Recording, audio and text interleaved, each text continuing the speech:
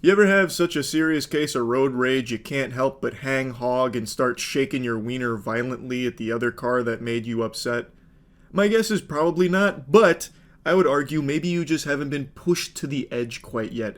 Because sometimes when you get real mad, the penis comes out. At least according to this situation, I suppose. That's a really interesting concept to me.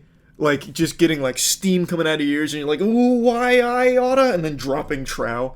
I don't know, it's just very interesting to me. But anyway, you're about to meet a man who looks like Mike Ehrmantraut on Fint.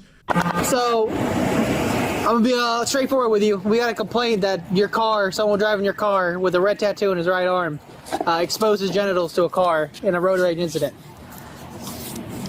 That wasn't you? No. Okay. So, where'd you just come back from?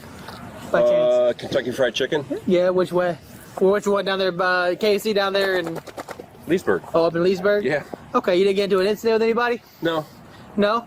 Okay. Well, they described you to a T. I find it very suspicious that he would refer to KFC as Kentucky Fried Chicken. Almost nobody does that, everyone just calls it KFC. I think, now keep in mind, I'm no professional super sleuth here or anything, but I think he was panicking a little bit and didn't know where to say he was coming from to try and throw him off the trail. Oh, I was over at Dickville. No, not there.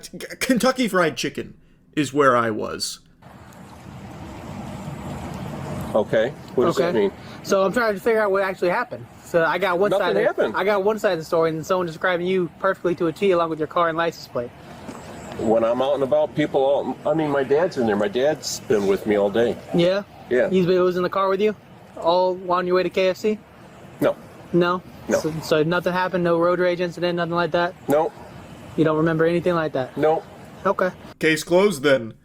Surely just an interesting coincidence that they happened to get the license plate as well as describing the man who owns the car to a T, as well as what he was wearing at the time and describing his tattoo, and it also matched the photographs they took. Alright, simple enough. We got the wrong guy. Something I want to briefly mention that has absolutely nothing to do with this story itself, just a little fucking side quest I want to yap about. The dog not being on a leash bothers me a lot.